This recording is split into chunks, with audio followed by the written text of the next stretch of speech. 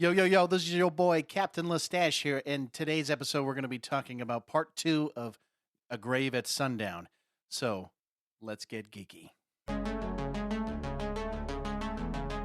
We're geeks from the multiverse. We've come to unite all geeks. Now it's time to get geeky and dive right in, 'cause we're geeks from the multiverse.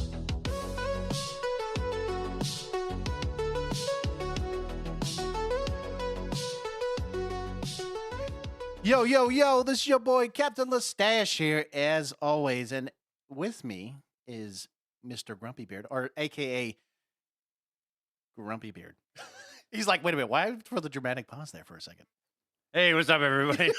That's No, I'm just a joking. weird. That's a weird. He's intro. like, wait a minute. I don't well, know what's going no, on. see, no. The thing is, once we get forward on this, I mean, because we have to know, because let's just say we're gonna show you a little special treat. We're gonna do some possible acting. So you see how I had to do a dramatic pause there for a second, because we had to learn some of this stuff too while we're doing it. But anyways, no, we're gonna get right into it. So we're gonna be talking about some CTA, so call to actions like we always do.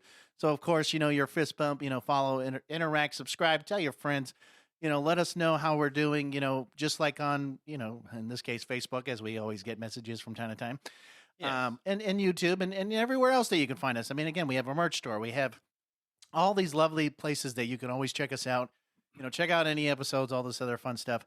I do have a quick little thing, but I didn't know if you had anything before I say mine. No, I mean, other than I do have my author page right on our website. So if you go to geeksfromthemultiverse.com and you click over on books, you can read all about me. You can read all about the 3 books that I have published right now, which are my Amulet Keeper series and Echoverse right now, and they're all available Amazon, Barnes and Noble. Hell, I'm surprised you didn't even talk about your blogs. Well, there's a blog there, but I mean, mainly I just wanted to kind of share about the books and try to get more more traction, like help support me being an indie author, and Yeah, that's it means a lot. So Yeah, and real quick, so I mean, this past weekend, I decided to go to some local card shops and just like comic book stores, just kind of like geek culture in the sense, right? I started talking to some people, so I will say core games, the core gaming, I believe. So I did talk with them, a couple others in Nashua. So if you are local, you can definitely check them out. They're actually a pretty cool shop. I know I went to Relentless Dragon, Bizarre Games. There was one other one I can't remember off the top of my head, but basically what I'm saying is because again, we always talk about trying to do local things. So we're definitely trying to go out to our local area, so me, somewhere in Nashua, I'm not saying where, it's definitely easier for me to go and check these places out. I know Matt, I'm not mentioning where he lives. That's on him if he wants to tell you. But, again, being in New Hampshire, we're trying to go to local places, try to, hopefully start talking to some more people because, we're not saying a whole lot, but we have been trying to talk to some other, hopefully high profile people, and hopefully maybe at some point they'd like to come on the show and we can, talk about that at that time. But anyways, let's do this, Matt. AI versus Hollywood.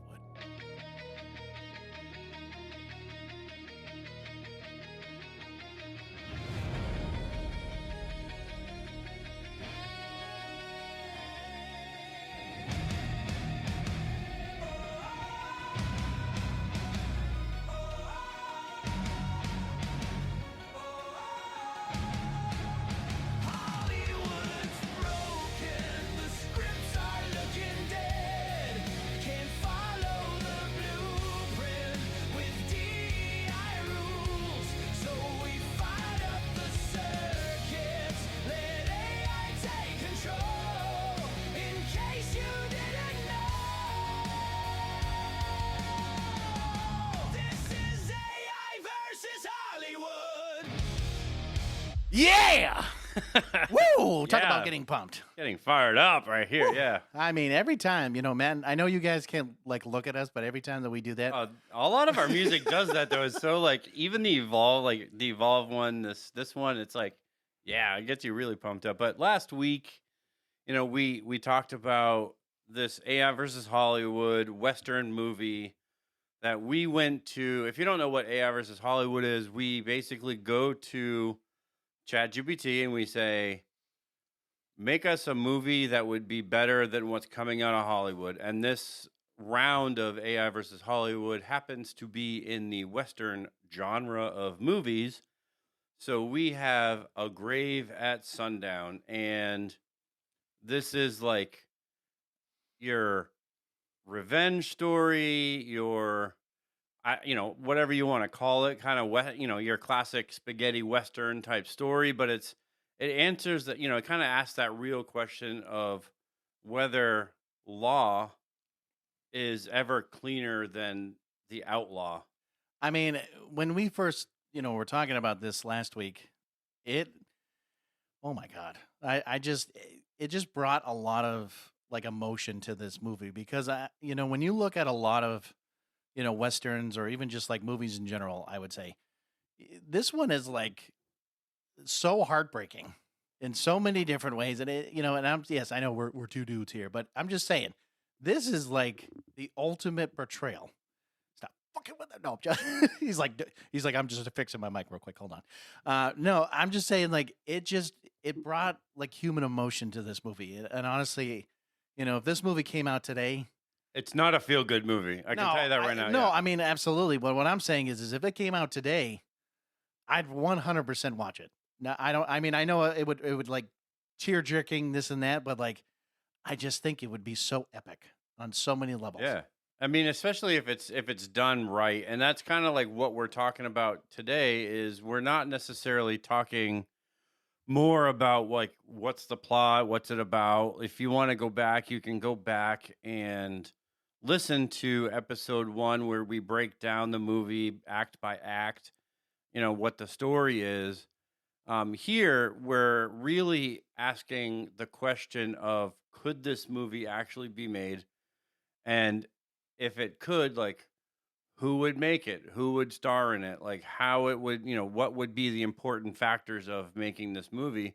But I think before we get into that, like last week, towards the end of the episode, John and I like played out some dialogue. Which again, we're not actors, so we tried our best here. We're not actors, but we kind of like played out this ending scene between Wade and Odell Hicks, and it's they're standing at Wade is standing at this grave, and Hicks kind of just shows up to confront Wade.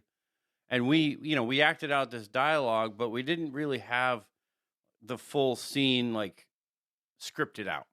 And right now we have a full scene scripted out, and we want to do more of a dramatic read. We're going to see how it goes. I don't know.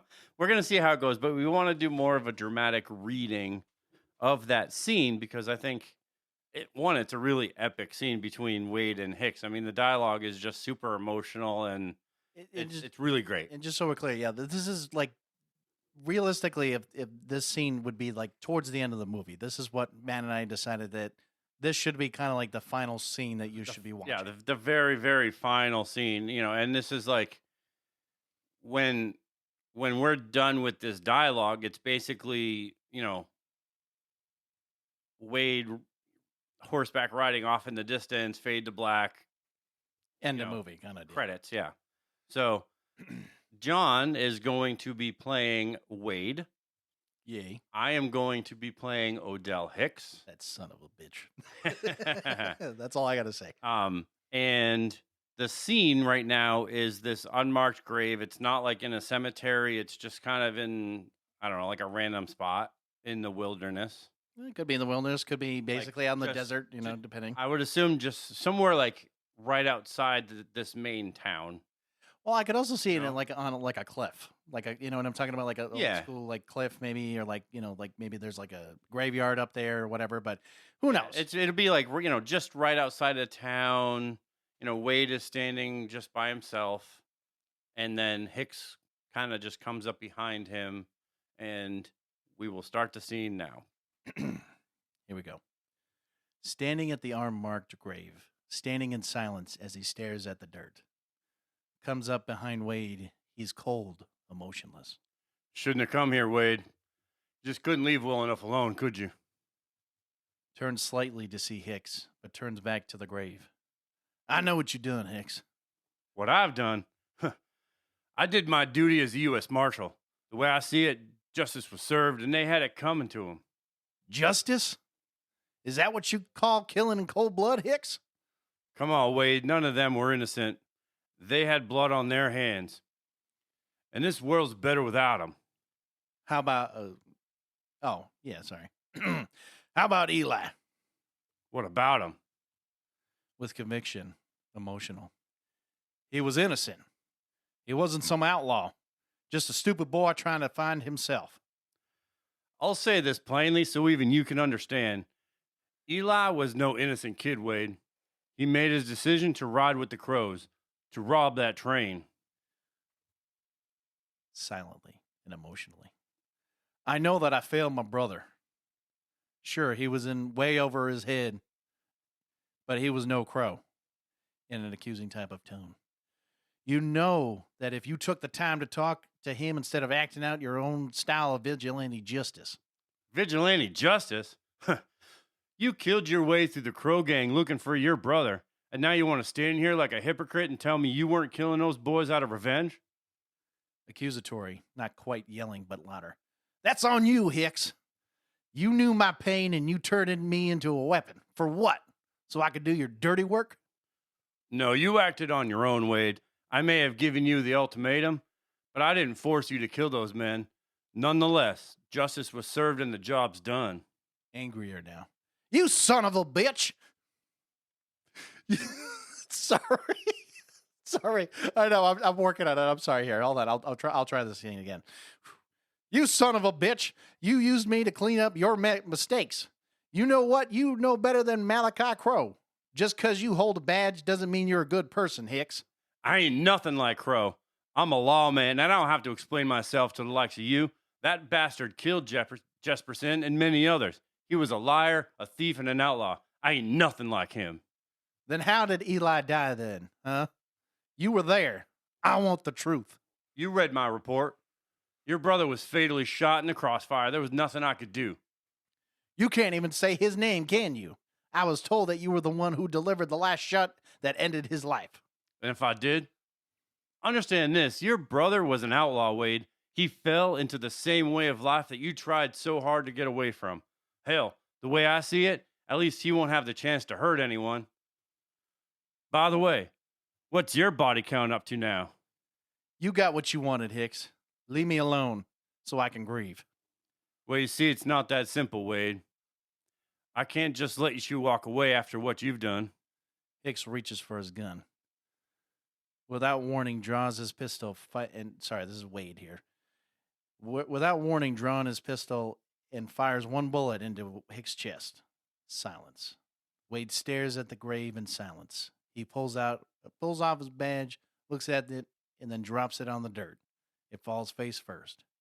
Wade continues looking at the unmarked grave, then he gets on his horse and rides off. Now, I will say this real quick. I know I couldn't help myself. You son of a bitch. Like, I'm sorry, I know. I do try to do like a goofy impression, but that just kind of came out in like 2 seconds. But I would say this scene, right? I mean, granted, again, we're not professional actors. We're never gonna claim to be. I would say that this scene, if done correctly, could be very climactic, very epic, emotional, all these other things into play. And I mean, imagine just Wade literally riding off in the sunset and just, the galloping and everything else. And just like, that's it. And then just, there's no nothing. It's just, like you said, pitch black, just fades. Yeah. In the movie. And then you're like, you son of a bitch. What kind of shit is this? And then you're like, well, that's the point. Mysterious. Because you don't know what actually happens to his brother. Because we really don't know. We really don't know if he's alive or dead.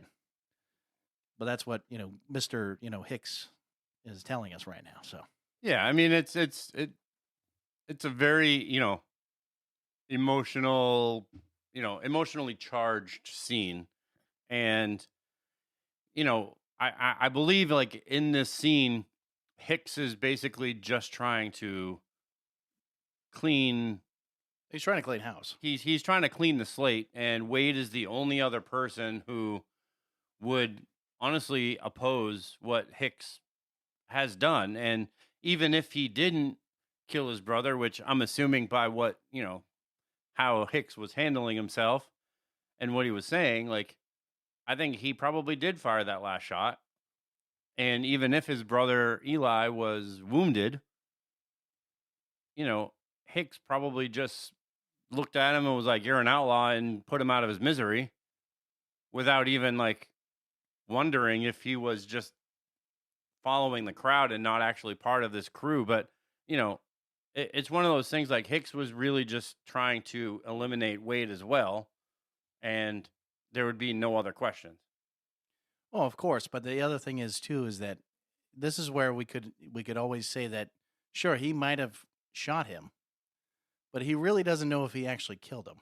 Eli, we're talking about though, because that to me is the mysterious part because we don't actually know if he's. Well, yeah, I mean, Wade doesn't actually know, if he fired the last shot that killed him, or if any of his bullets actually killed Eli.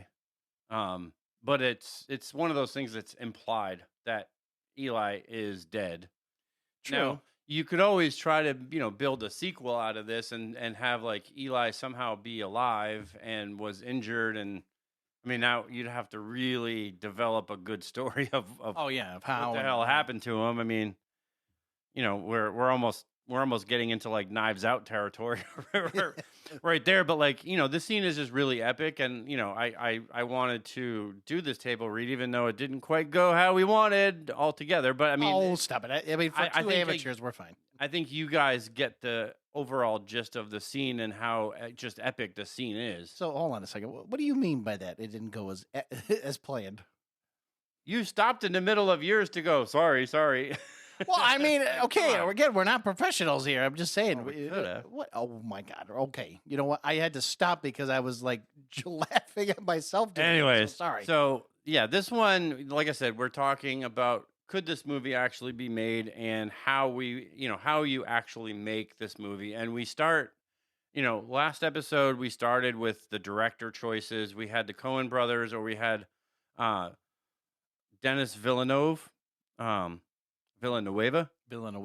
Yeah. So one of these things, like if you attach the wrong director, like this just becomes some weird generic Western. And I truly believe that. Like when you choose the right director, like you go from just having a Western movie to having this epic Western movie. And for me, like I think the choice that makes sense is the Coen brothers. And if you don't know anything that they've done No Country for Old Men. They've done True Grit. They've done Fargo. They've done The Ballad of Buster Scruggs. Oh yeah. And it's one thing, like they understand this American myth and how hollow it can be. They don't score violence as triumph. They let it just sit in that silence. So when something ugly happens in a Coen film, it doesn't necessarily feel cinematic. It just feels like it's permanent, like it's just there. Fair enough. Now, and of course, with under the Coens, Wade wouldn't feel like a hero. He'd feel like a man trying to convince himself he did the right thing. The final grave scene would be quiet, no swelling orchestra, just wind.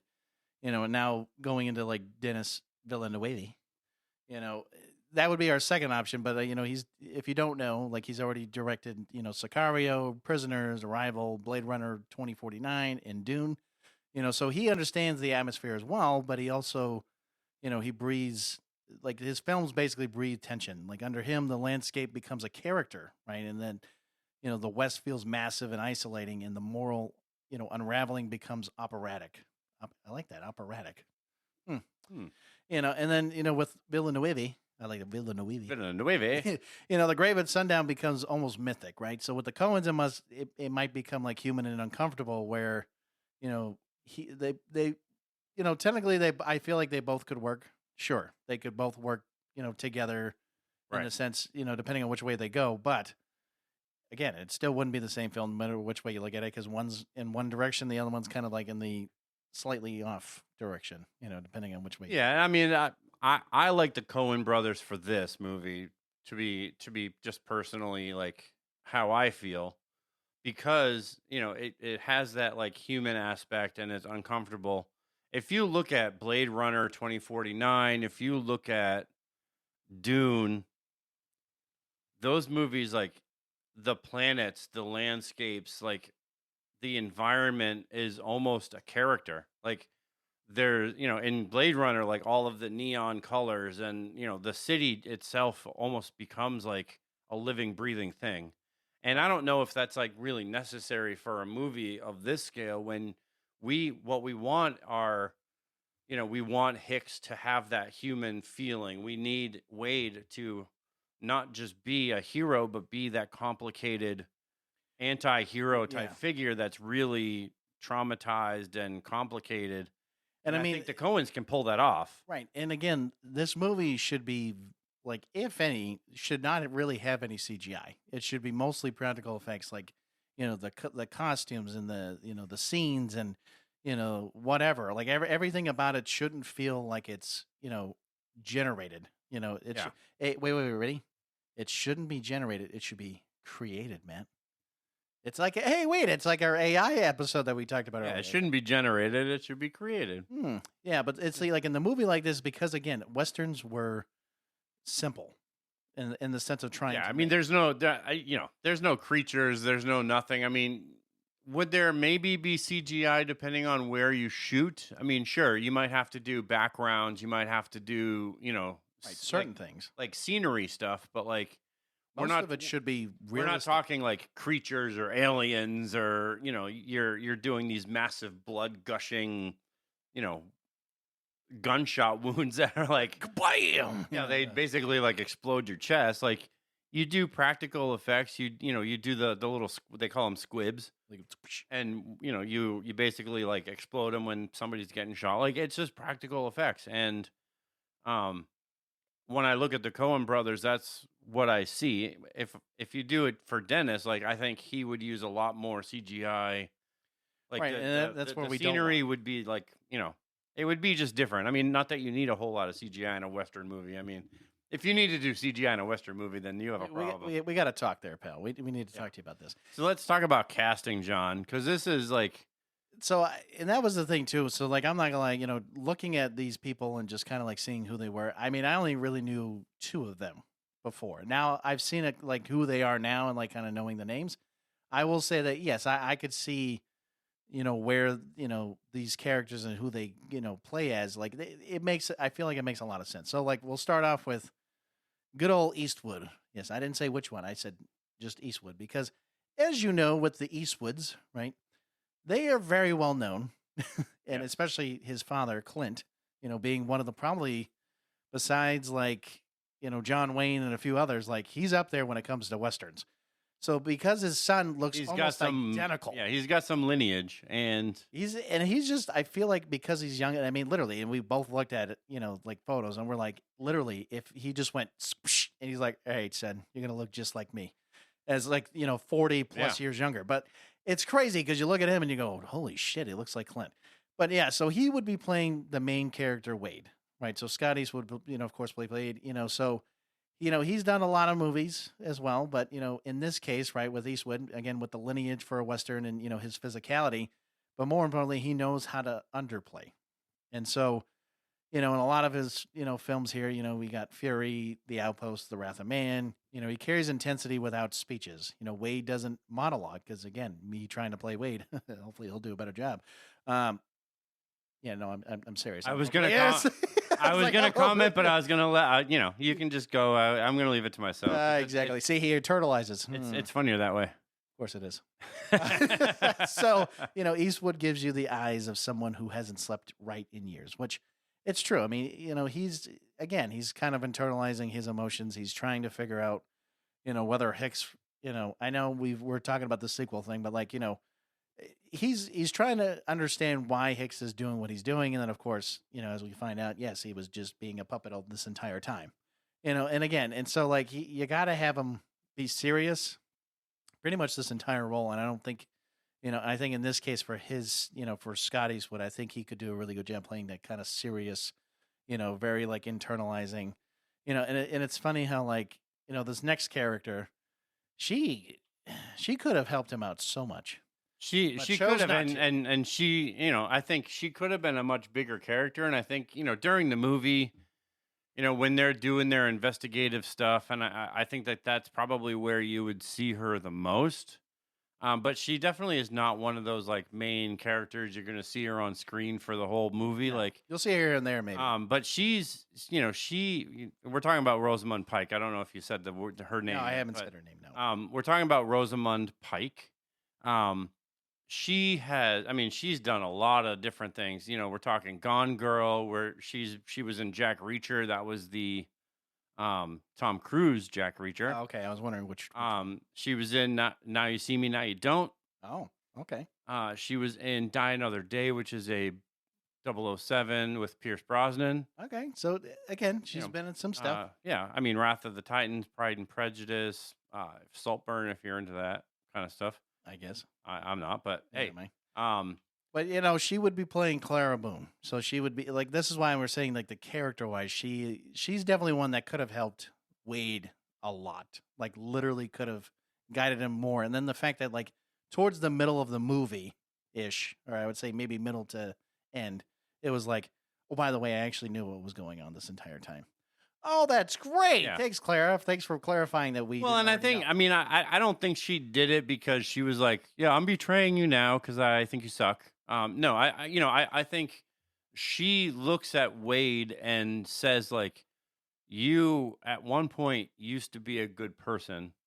Yeah. And at some point you swept and, you became like just an outlaw and a gunslinger and you didn't care about anything.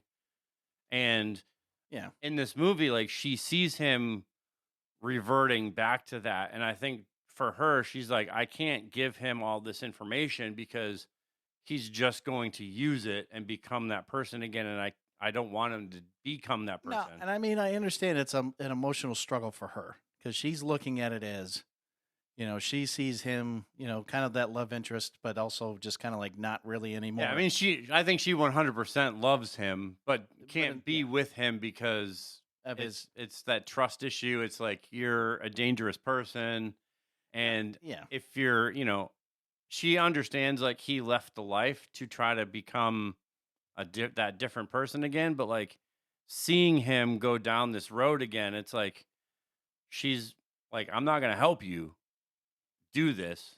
True. So I'm not giving you all the information that you need so that you can just dive in deeper.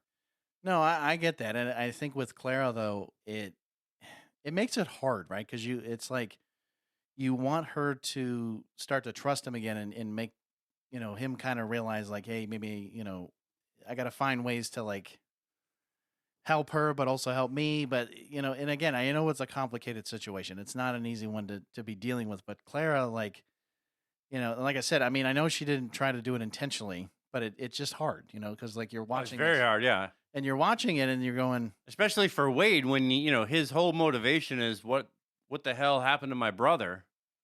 And she already knew everything. Yeah, she has already uncovered the information, but is not telling him everything so that he can't just go off the deep end and kill everybody. Right, and say, okay, we're done. See you. Yeah, we're done.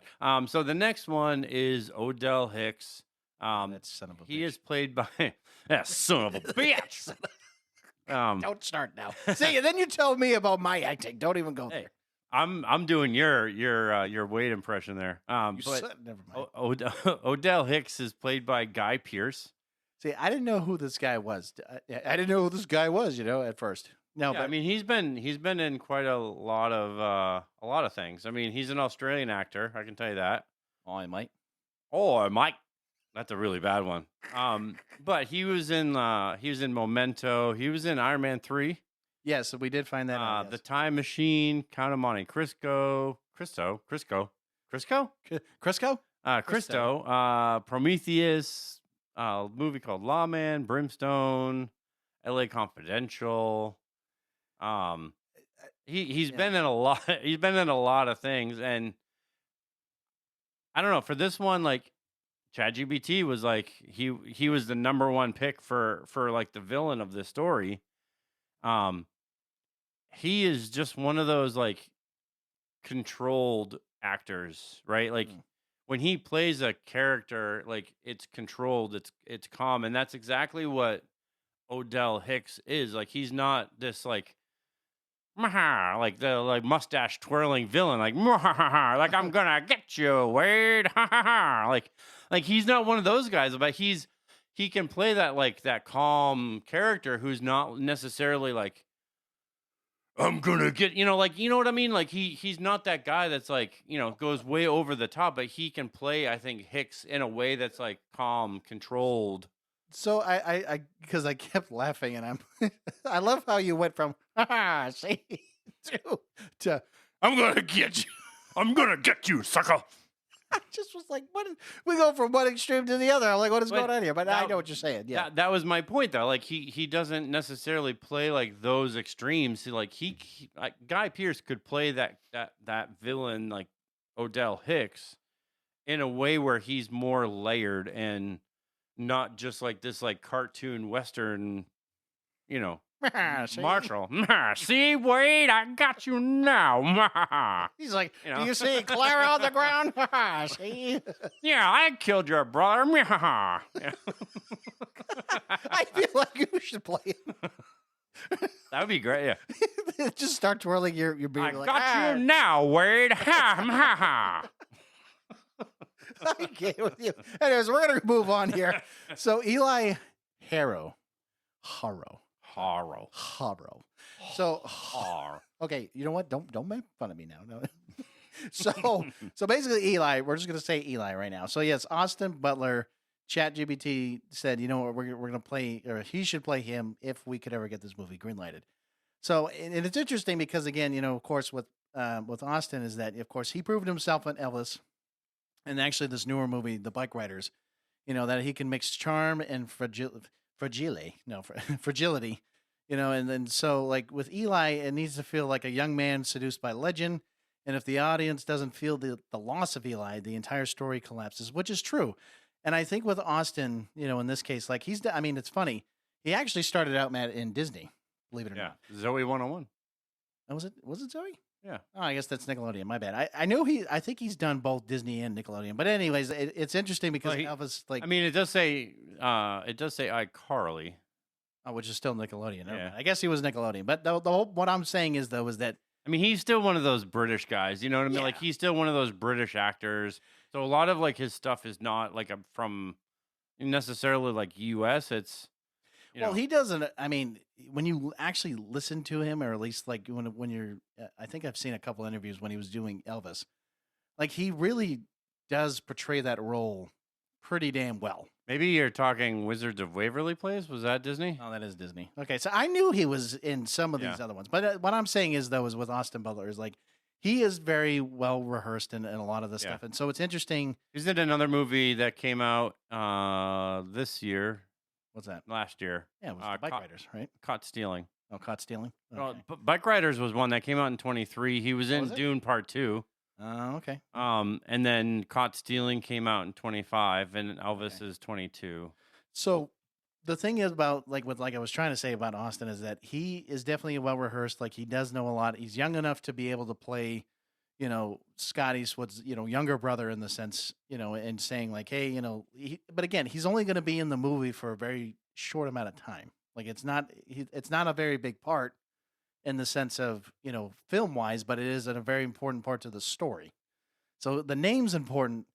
Not saying that Austin isn't going to have like a long scene in it, but at least he'll have enough time where in the beginning, it'll set up the story for what, what's going to basically unfold.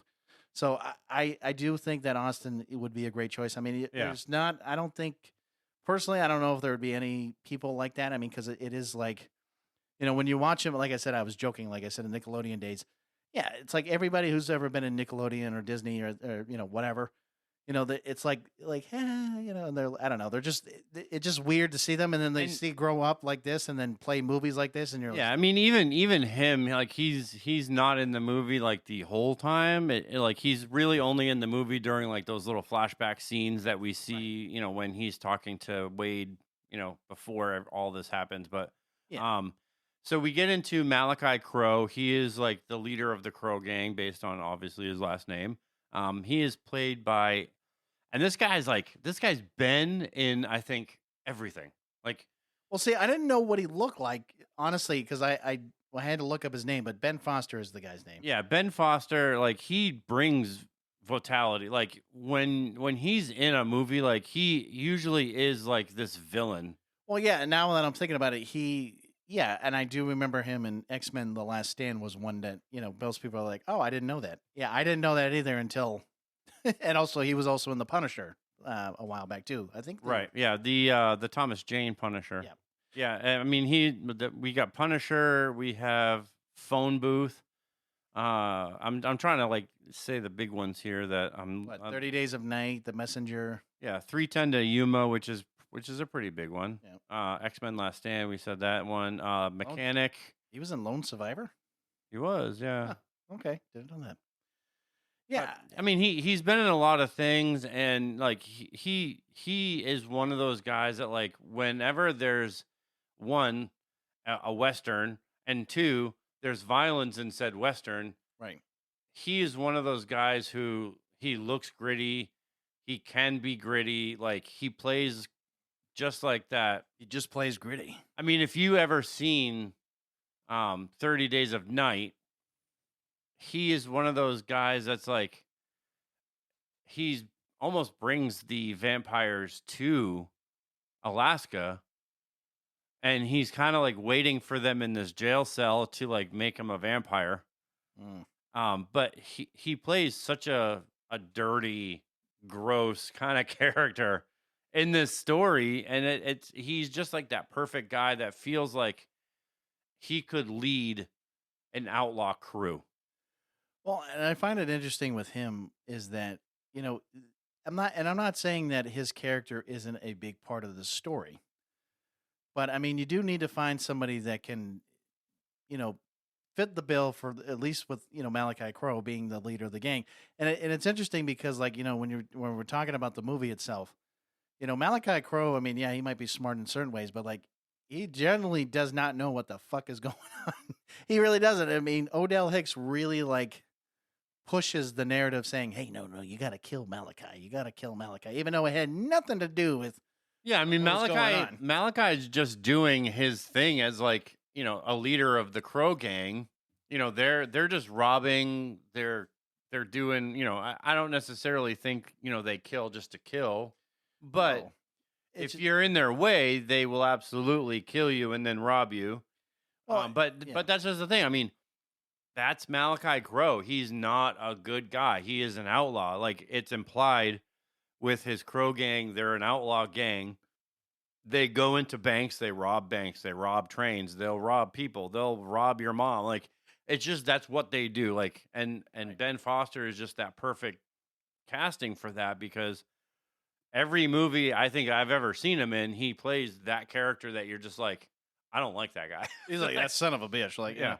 No, and you know what? This is the interesting part about this casting, right? This isn't basically blockbuster. There we go. Blockbuster casting, but it's awards season casting, right? So like, There's actually some pretty good name. I mean, Austin Butler. I mean, Scott Eastwood. Even though he hasn't been in a lot of things, I mean, he's been in a lot of things, but has not he like actually won anything though? Now I'm thinking about it. 'Cause he hasn't been. I mean, you can look that up. I'm gonna look it up. But Scott Eastwood could be like this name that like if this movie was made and it comes out, like he is the headliner, and he could be that guy that standing right next to Guy Pearce and Austin Butler as like these characters and actors that are like, wow, that was awesome acting. And this is the whole point of this movie is like, I'm not gonna put in like Tom Cruise or RDJ or these guys that are really well known, and I love that AI did this because they're not like huge A-list actors and actresses. They're just guys that can do these roles. So I think apparently he's only won, I guess, National Board of Review Awards and a Teen Choice Award. So he apparently got nominated for a Golden Raspberry, Raspberry Award. So the Razzies, The Razzie, yeah. for worst actor twice. So, I mean, I'm not saying that he can't redeem himself. What I'm saying is that I think for his sake, because also that's interesting. I had no idea he was in 2 Furious movies, actually. Fast and the Furious. Hmm. Interesting enough, and also Pacific Rim. But anyways, I think for his sake, I mean, even though yes, the name, like his last name being a very famous last name, this could be a very redeeming role. I think for him, and it maybe just like think about like Leonardo DiCaprio, right? So I don't know how Matt feels about. Hold on. I don't know how Matt feels about him. DiCaprio. Okay, hey, see, I knew you were going to say something. I knew you were going to say something. No, my point is when you look at a guy like that who never won anything, he finally did win an award, which was great. I look at like Scott now because, like, I mean, you got to look at where he's at and what he's been doing. It just sucks that sometimes you get thrown into a movie and you're like, well, is it going to work? I don't know. And then of course it never gets fucking nominated for anything. So you get attached to like certain roles, and that's just kind of what it is. So maybe this could be a role for a lot of these people that could be like, hey, it's an Academy Award. Okay, great. Maybe. Yeah. But hold on. Here's the problem, though. Matt's favorite subject, DEI. Well, I mean, part of the intro music is like we're not assuming DEI right now is a factor in who we have. Like who we would have doing this movie, acting in this movie, writing this movie, or, as far as like the crew that are making this movie, like this AI versus Hollywood concept is, assuming that we are not just choosing based on like, we need to have 5 women, 3 Asians, 1 Indian, we need to have a transgender. We need to have a blind guy in a wheelchair. Like, you know what I mean? Like, we need to have a dwarf or a little person. Like, we need to make sure we check off every single box that's possible. I love a blind guy in a wheelchair. I was like, that must be a really shitty life. The blind guy in a wheelchair is a black guy. Just to fill the box, we gotta check the box.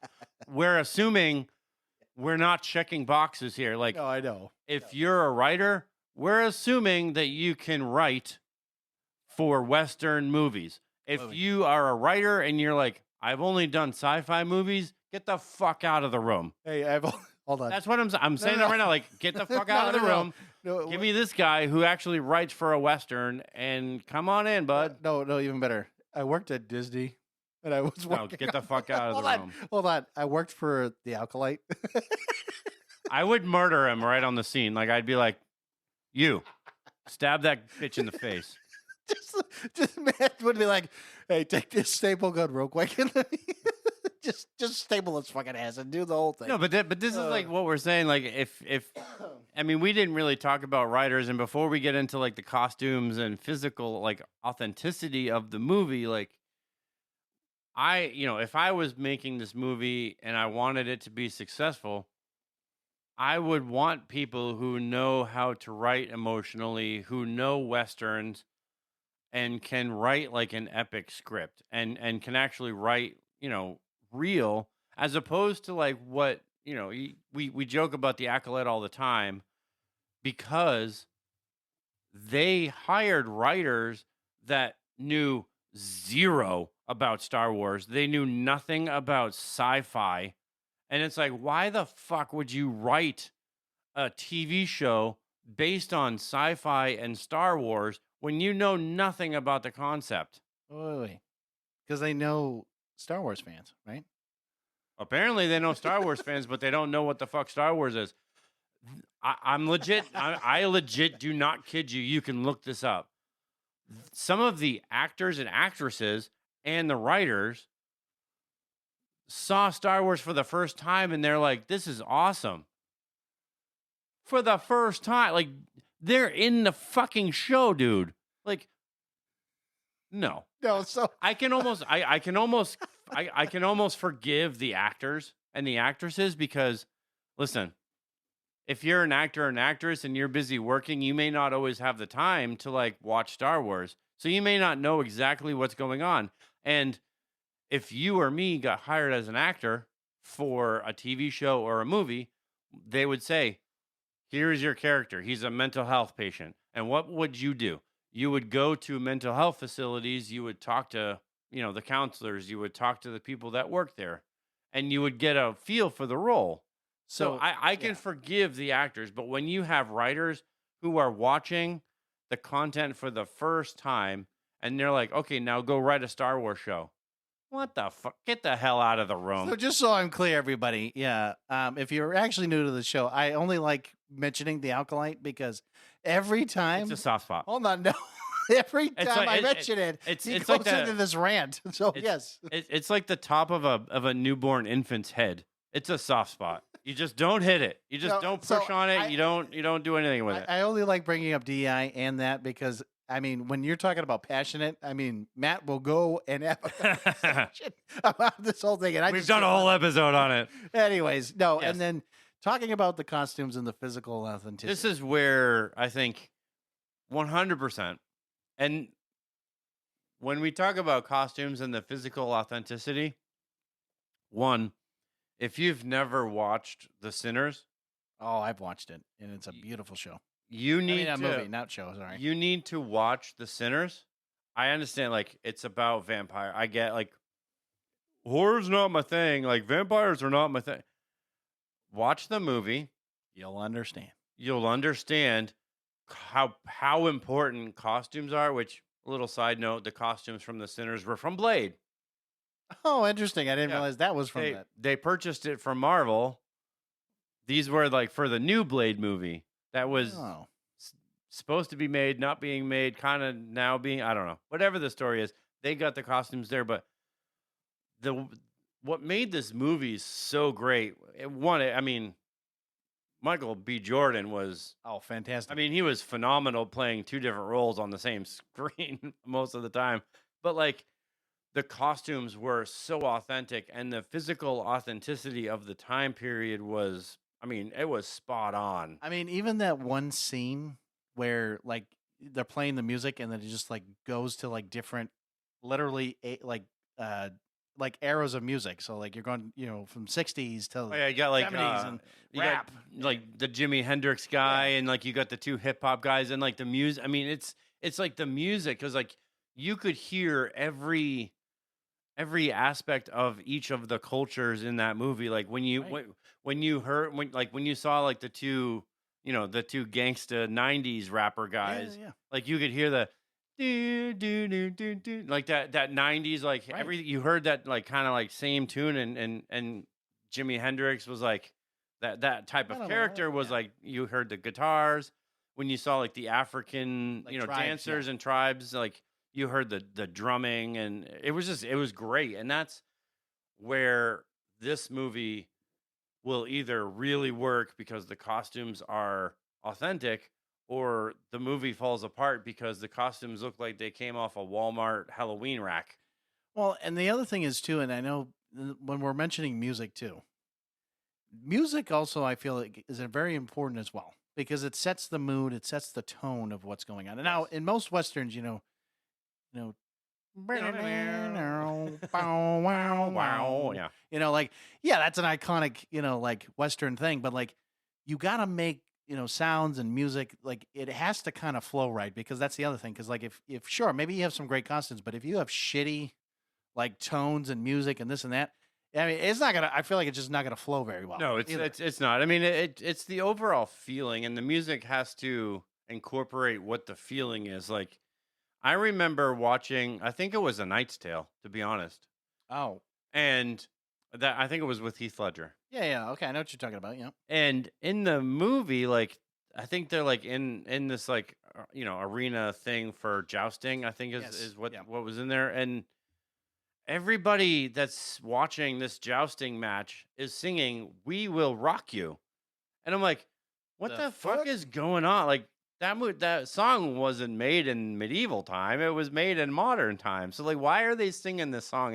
It doesn't make sense to me. Right, and like you look at epic movies like I'm thinking like 300 or 300 Gladiator. Yeah, there you go. Like stuff like that. You're not gonna play. We will. Like you're not gonna play that in a random fucking movie. But like they weren't playing the move. They weren't playing the song. but they like, were singing it. I understand that. everybody in the stands was doing the, and I'm Right, like, but what that are they doesn't happen. doing? Like, it's so dumb. And you can't do that with this and play like Well, some kind of a weird Western Western themed hip hop song. No, and that's the thing where, in the movie like this, right? So like with the tone, with the music, with everything else that's going on, like you said, you can't be throwing in random shit. You can't be just saying, "Hey, we're gonna bring Jimi Hendrix into the mix and go blah, blah, blah, blah," and like a guitar solo in it Yeah. randomly happening. Like, You know no. what? You know what song would be great? Ride a cowboy song. You know what? Save a horse, ride a cowboy. It's like, no, get the fuck out of here. Get out of the room. Just Wait, leave. You know what what? was it? Beer from Why my don't you go to the top of this building and jump yourself off? Oh no, even better. We'll just sing Toby Keith together. Just hopefully that works in the song. Yeah. No, I mean, like I said, this is why we're saying the costumes, the music, the tone Right. of everything. Everything It should has to feel fit. like it should feel like it's handled and touched and weathered, especially like with the costumes. Like it should be textured, and we're gonna go into like Wade's coat. It should look sun bleached. It should be worn at the cuffs, like stiff with the dust. I mean, we're talking Western wilderness, right? Well, yeah, And, the badge slightly tarnished, and his revolver should not be like this like perfect thing that you would see. Like it has to be scratched and practical, and not look like it's a yeah, prop gun. no, and the other thing too, and I this is why it's also important is like when you're talking about a western. I mean, the only time you'll see like a very like you see those guys that are very rich and they have like the 10-gallon hat. They got the white coat on, like the bolo tie, maybe their cowboy boots all This would polished be and stuff. Hicks. I mean, Hicks would Yeah. probably be like the cleanest of all of them because he is that U.S. Marshal. Right, and that would be different where you're looking at Wade and like you're saying, like he's gritty, like he's got to be dirty. He's got to because think about it, a lot of outlaws and a lot of like cowboys, I guess if you want to say, they're not clean all the time. They're dirty, man. Oh no, they're dirty as shit. And then sure, you're looking at Hicks and he's sure slightly cleaner than everybody else, not pristine. It's but controlled, right? His coat's maintained. His boots are polished just enough. The visual contrast between him and Wade subtly, reinforces, their moral divide. So, sure, when you're looking at Wade and you're looking at, Hicks, and especially maybe in the scene of like with Jesperson, sure, you're going to see them probably a little bit more clean looking, like, more put together that, and this and that. And so, of course, maybe you'll see Malachi, being a little bit more, again, a little bit more gritty, a little bit more like, yeah, maybe he's spitting it, let's put you, yeah, and like, again, because that's kind of the vibe. That's what they Right. were doing back then. Yeah, and we're saying like the Crow Gang, which we would see in flashbacks, and we would see the various scenes that Wade is interrogating these guys. Like they wouldn't be like having these uniforms or having things that are like all matching. Like they probably would have mismatched gear, different hats, these patchwork coats. Like they're meant to be real men, real people, not like these cartoon characters in a Western. Right. And maybe like we've talked about where like Malachi's men have like a specific name. I'm not saying they have to dress like actually like their name, but like maybe there's some distinguishing factors about them that, makes it a little bit different for each one of them. I mean, because like I said, they're all going to be mismatched. They're all going to be dirty. They're going to be gritty. And I couldn't say this enough, like time period accurate. Yes. And Not and like, that's what makes the having movie. normal, that dude's just wearing a white shirt I can pick up at Walmart, Yeah, like hey, oh, look, he's got a black tie on. Well, okay, motherfucker, like, I could go get that right now. yeah. And like we said, like bolo ties, like bolo ties even back then were still a thing. So they're having like you said, authentic or authenticity, pieces that actually match what they're doing. And so like sure, cowboy hats in general. I mean, I would say sure you could probably find very similar to what they're wearing back then, but a lot of their stuff was probably more leather. A lot like a very like lower quality, this and that kind of raggedy. Especially with the Crow Gang. I mean, Clara, we didn't talk about Clara's wardrobe, but Well, not yet. hers is like, that frontier realism. I mean, a lot of muted earth tones, functional dresses. Probably a corset if I'm taking a guess too, like something Probably, but I mean, she would, her clothes should look worn, like not like her being like one of these like, bordello girls that are wearing these like really elaborate, colorful dresses. Oh yeah. Because they're trying to attract the men. Like just those muted tones, like they're functional dresses. There's slight wear and tear on them. nothing that's like really ornamental because that wouldn't be her character. Like More down to earth. she's more down to earth. She's more practical. She lives in the environment, not like really styling herself to be like the best looking person.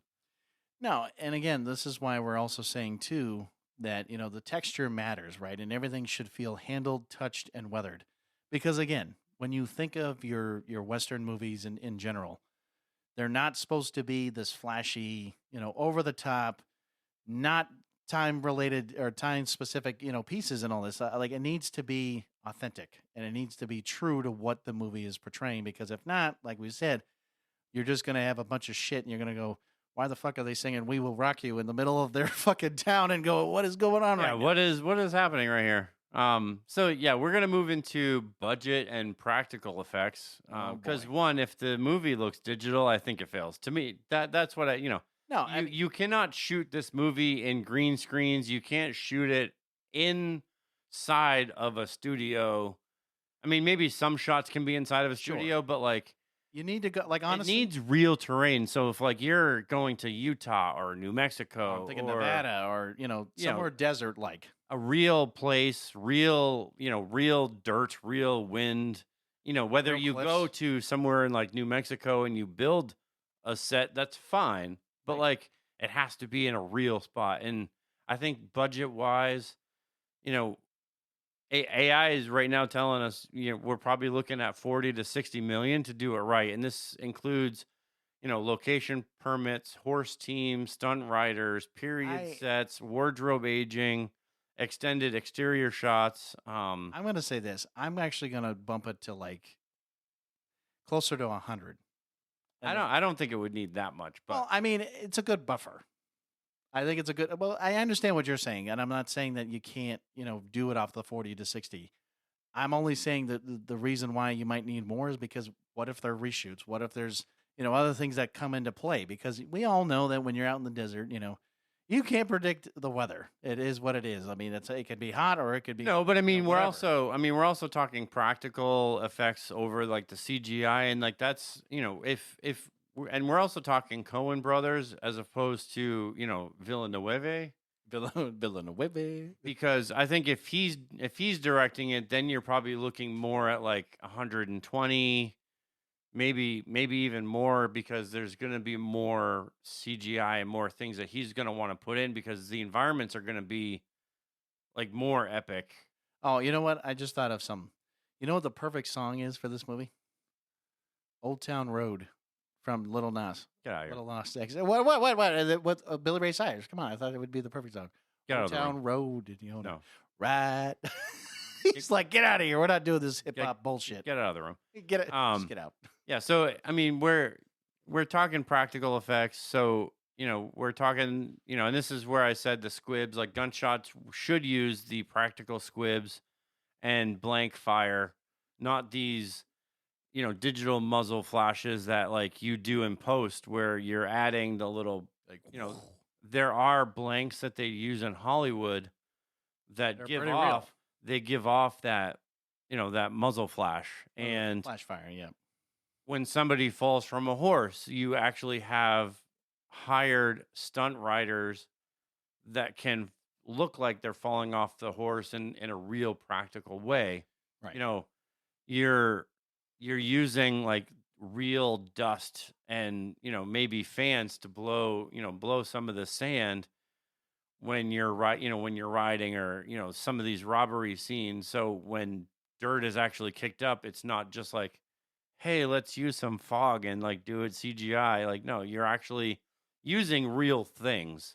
Right. And that's like the trick. And, when we're looking at this Grave at Sundown, we see it twice in this movie, both in the beginning and at the very end. You would need to film that at Right. sunset. Right. And it has to be, honestly, if you do it once, I don't think just doing the same thing over again is going to make it, any better. I think you need to film one separately and then film another one, separately with those characters as well. Now, granted, what they can do is they can film that piece and they could just kind of like leave the background kind of the same and let it kind of do its thing and gradually start to do that if they were smart in editing and all that stuff. But it's again, it's knowing the right way to show the scene and also show the background to make sure it flows with what is going Yeah. on at that time. So in this case, right, you know, the Grave at Sundown isn't a digital sunset; it's a golden hour. You know, so you build that atmosphere with haze and not just plug-in. So and especially where CGI would be only be used to really remove the modern elements or extend a horizon subtly. The foundation must be physical. So again, look at like True Grit, look at The Proposition, even Hell or High Water. The dirt feels real because it is. Now, what's not CGI is when you're going in this editing phase and you're adding like the stylizations or the colorizations. Those are not CGI. Those are Right. just overall looks that you can't necessarily get with just lighting. Like you have to go in and actually add these colorizations, but it would be how they're used. You're not adding this huge city backdrop. No. You're using the location that you're at, and that's like the key thing. Like you're using the location. Well, and I think, it would be cool if like, for example, like in that final scene where, if they're on, let's call it a cliff and they're like kind of looking over the town, right, where they're at. They could build a set where it looks real enough where it's not, it doesn't have to look like just all made out of wood kind of a deal, but like make it real enough where they, all you're seeing is just like the outlines of like the buildings and certain things like that. And it's like, again, the sunset's coming down, you got Hicks coming from behind, doing all that. So you can make it as realistic as possible and still not have to do that whole CGI thing where you can still have like the already built sets, leave it there, for a good amount of time and then, film it in a way that you can still see it like as he's looking out. And it still gives that emotion, and it still gives you that tone of what is going on in that scene. So here's the real question, Matt. Do you think Hollywood actually would make this movie today? Not the way that AI did it. And I mean, we'll say all this, but this is kind of like halfway down this like little note. No, I know, have, but no, but I'm so, asking I you mean, personally. personally, no, I don't think that they would make it. I think that they would want to make changes, and some of the changes that AI kind of recommended that if Hollywood was making it, they would want to try to make Eli secretly alive. They would, because I know they would want to do a sequel. They would want to possibly add a giant town shootout, which is almost in every Western movie that you ever see. True. They would give Wade this, weird monologue redemption speech.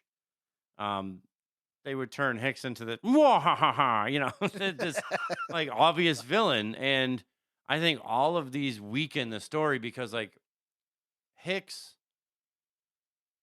I mean, even though you might be like, this guy's really shady, you don't really know if he's the villain or if he isn't the villain. Like we would totally think Malachi Crow, the whole movie is like, this guy is it. Like, Wait, Matt. Will the real some shady please stand up, please? I need you to. Can you stand up? no. No. Oh, come on. You said shady, so I'm just thinking. Anyways, no. No, but you know what I mean? Like Malachi Crow like would probably feel like the villain the whole time. And like if you turn Hicks into that villain the whole movie, then it's like I think it ruins the whole thing. And No, I think you're right. I think it would, in my opinion, I mean, you're right. I don't think they would greenlight this movie unless they wanted to make those specific changes. And I do think that, that is the downside to, like we've said about Hollywood, is that, when you're talking about an AI script like this, it's literally taking all this information, thinking about like all like the best Western movies and this and that, and like kind of helping you kind of build this script. And the fact that Hollywood, after so many years, right? We're they saying would that, DEI the shit out of it. oh, absolutely. Because then what would happen is they're like, well, we need to have this black guy play this, this person. I'm like, first of all, I'm not saying there wasn't slaves in that particular area, and I'm not saying there wasn't any free, Well, we're also slaves in not that too, talking but- Blazing Saddles, where all of a sudden yeah, in don't- like the 1860s, there's a black sheriff. Like, Well, that, and then also you don't go randomly into like the 1920s and you just see a bunch of guys that are, somehow Wade turns into a black female, and you're like, wait, what the hell just happened? what is going on here? Because Wait, there's a guy in a wheelchair? Wait, why is Wade in a wheelchair? What the And fuck why is is his shit? name like Todd? What is going on here? Who's this Blake character? Balake. I mean, Balake. bitch. No. Anyways, no. I do agree that basically this movie could. What are you doing here, AA Ron? Oh, Shag Hennessy. You need to. Anyways, no, stop doing that, man. No, I think that you're right. I think this movie needed to be done the way it is because if not, I mean, you're right. I don't think it's going to be played out the way we would like to see it, and it's sad because this could be a very. And we're saying this, and this is just a prediction. Could it, hit maybe $500 million? Sure. If it goes over that, I mean, I'm not saying that it couldn't, but if it went over at least $500 million, I would be like, yeah, that sounds about right. Now, if it went over $1 billion, I'd be like, holy shit. Oh my God. That's all I got to say. I would say, I mean, if you were conservative and you said like this movie has a $50 million budget, I would easily say that this movie, the way that it's written, the way that, if it was done correctly, we would think it was done correctly, would probably be somewhere in the 250 to 300. Like that's where I could see it landing. I'll even, you know what? I'll one up you. I will say that it might hit the 350 to 400 if it would be done correctly. If I know, and now we're saying, like I said, I mean, it could be a very great storytelling movie where it's very practical, this and that. I mean, you look at Sinners, okay? Yeah, there probably was a little bit of CGI, and of course there had to be because Michael B. Jordan was playing two different characters at the same time. But, because it was done so eloquently, I think it was just because it flowed, it made sense, the movie, and it was a little weird at first, but then you finally understood the whole movie afterwards. At least, the costumes and, what was going on in that time and everything that they were doing was as realistic as it could be. Yeah, I mean, it was such a great movie as far as, how it looked, how it sounded. You're looking at the costumes, you're listening to the tracks that are being played. Right. I mean, it's just even the shots. I mean, the shots were just so well done. And then, you come to the realization that Michael B. Jordan is playing two characters. It's not two separate dudes. Yeah, it's him doing it twice. Yeah. And that's the thing where, like I was saying, with this movie, sure, we're saying that everything, if it was done right and everything was great, it could be, it could be successful. But again, we already know that Hollywood would want to make those changes. That's why we wouldn't go to Disney about this, because Disney would take the whole damn script and say, we're redoing this whole damn thing. And you're like, all right, Disney, that's why you're out of the equation, including Warner Brothers, because I definitely feel like they would do the same thing. So I think at this point, I might as well just go over to like Paramount or like somewhere. I would say between. I would say either Paramount or HBO. Like, actually, I think HBO. If I'm going to be honest, and I know technically they also own Warner Brothers and all that too, but I think if we directly said we want you and not Warner Brothers, we want you HBO to be able to do all this and not have Warner Brothers have anything to do with this. Either that or Paramount. I think they both could do a good job. But again, it also depends on the director we choose and how it's written and the costumes and all this other stuff, like we've been saying. But, so right now, this is where, we can say that, Hollywood, in this case, we know that, yes, would they make it worse? Yes, they would meddle with it. They would, do they trust the tone? Probably not. And this isn't about whether AI wrote, something better. It's about whether restraint still sells. And I already know that most studios, they would want to add changes to this. They would want to somehow recreate the wheel, even though we just said, follow the damn blueprint, you son of a bitch, because we literally just gave it to you. And, and this is where we said, like, this is why when we do this segment on AI versus Hollywood, we know that AI could do a very great job of writing it, giving us the concept of the movie, telling us what, who to cast, who not to cast, give us like what could be a good, design concept for costumes and this and that, and kind of give us the whole details. But we all damn know that the writers, the costume designers, the producers, I could go on and on, whoever has their damn job, make up a fucking title at this point, because that's basically what it would be. They would somehow still say, nah, we want to change everything, and you're gonna go. Yeah. Matt's gonna go. Let me We see the don't staple quite- gun. we don't quite like Wade's backstory, and Hicks' motivation is just not quite there. And I mean, it just that they would make a whole lot of changes, and we know that Hollywood would, because it's like, well, this is the way movies are made, and we're not changing it now, and your movie doesn't doesn't fit this mold that what we want to put out. And it's like, guess what? I don't want to fit your damn mold. I just want to make a movie that people actually want to see, and that's what AI versus Hollywood is. And hey, this is the way. This is the way. This is the way. Actually, no. They do not know the way. No. This is the way. Yeah, bitch. No, in this case, Matt would go, let me see the staple gun for a second. Can you stand still for a second? I'll show you. Bam! He'd be like, hold on, it'll stay right there. Bam! Okay, we're good now. So Can we try? I do have a request for people that are listening to this episode, because I mean, I'm sure, I don't know when, but there will be another one of these AI versus Hollywoods coming up. That's right, because honestly, this was the last AI versus Hollywood that we did that we actually knew what we were going to do. I think moving forward, because I think I already know what the request is, we don't really know what we're going to plan on doing. No, I don't have, we don't want to just keep sticking to like superheroes or sci-fi. We want to try Doing different. any genre. I mean, if you want rom-com, if you want, a drama, if you want comedy, Matt's gonna go, we want done horror. I would love horror, to be honest. I'd be like, yeah, you could do that, man. That's not. But we've already done sci-fi. We've done the superhero thing. We've done now a Western. We've done the Earthworm Jim Parody. video game. We've done the satire parody movie. So my request is to send us a message on what movie genre you would like to see us do an AI versus Hollywood.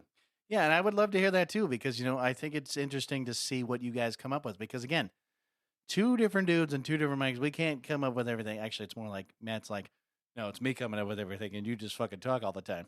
Now, which he's not partly wrong in that conversation, but no, I do agree. I mean, we want to hear from you. We want to make sure that you guys. No, it's important, because I mean, if I don't hear from anybody and you guys don't message me, then I'm just picking a genre out of the air and being like, hey guys, we're doing horror, and I'm gonna come up with a horror movie, and then that's it.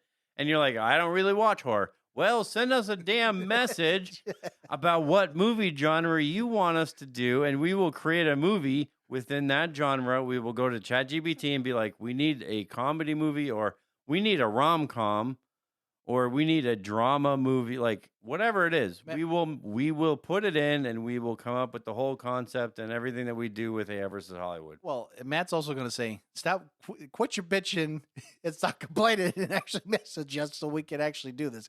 That's Matt saying it, not me.